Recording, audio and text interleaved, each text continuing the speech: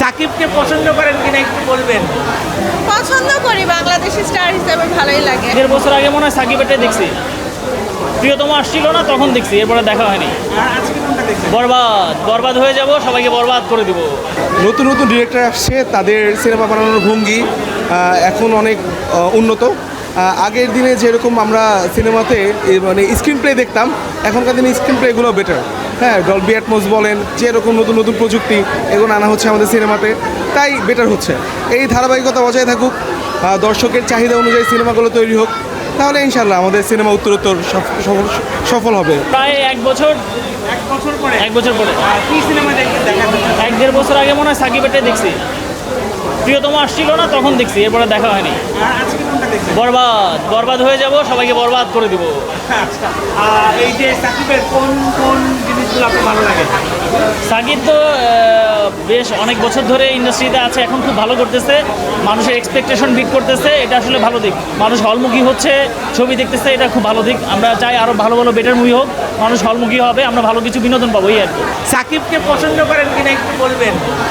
পছন্দ করি, বাংলাদেশি স্টার হিসেবে ভালোই লাগে। আর এর আগে তুফান দেখছিলাম, এবার বরবাদ দেখতে আসছি। সাকিবের কয়টা সিনেমা দেখছেন এখন?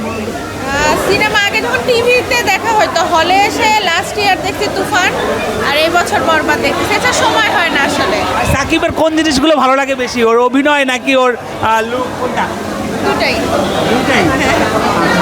অনেকেই বলে যে ভারতে যখন সিনেমা করে কলকাতায়, তখন সাকিব বেশি ভালো অভিনয় করে, বাট বাংলাদেশে ভালো করে না, অতটা ভালো করে না। আমার এরকম কখনো মনে হয় নাই। না। আজকে কি টিকিট পেয়েছেন? হ্যাঁ হ্যাঁ, টিকিট পেয়েছি। আসছিলাম বরবাদ দেখতে, কিন্তু কালকে টিকিট চাইছি, আজকে টিকিট দিতে আসছে, আজকে তো দেখবো না, কালকে দেখবো। কালকে টিকিট পাইছেন? টিকিট তো দিতে আসছে, কিন্তু কালকেটা বলে হাউসফুল। ভাই কি হয় জানি ওনারা কি করছে। সাকিবের আগে কোন কোন সিনেমা দেখছেন?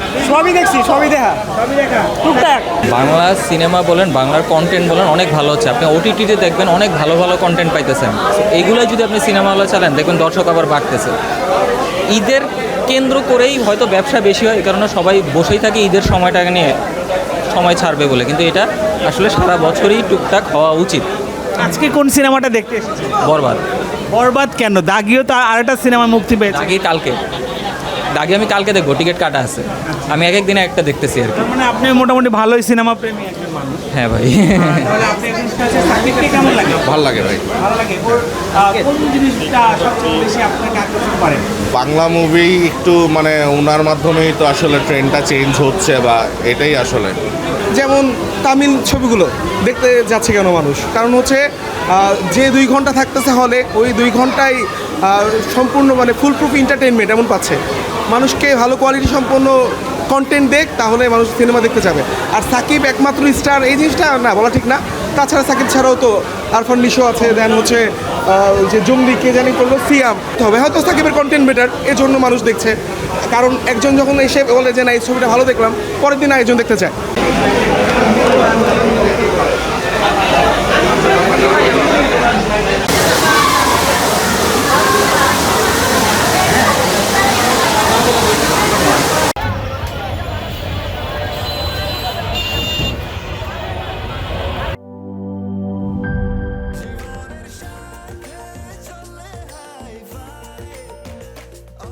স্বাস্থ্যকর অল টাইম, সব সময় অল টাইম হেলদি লাইফ।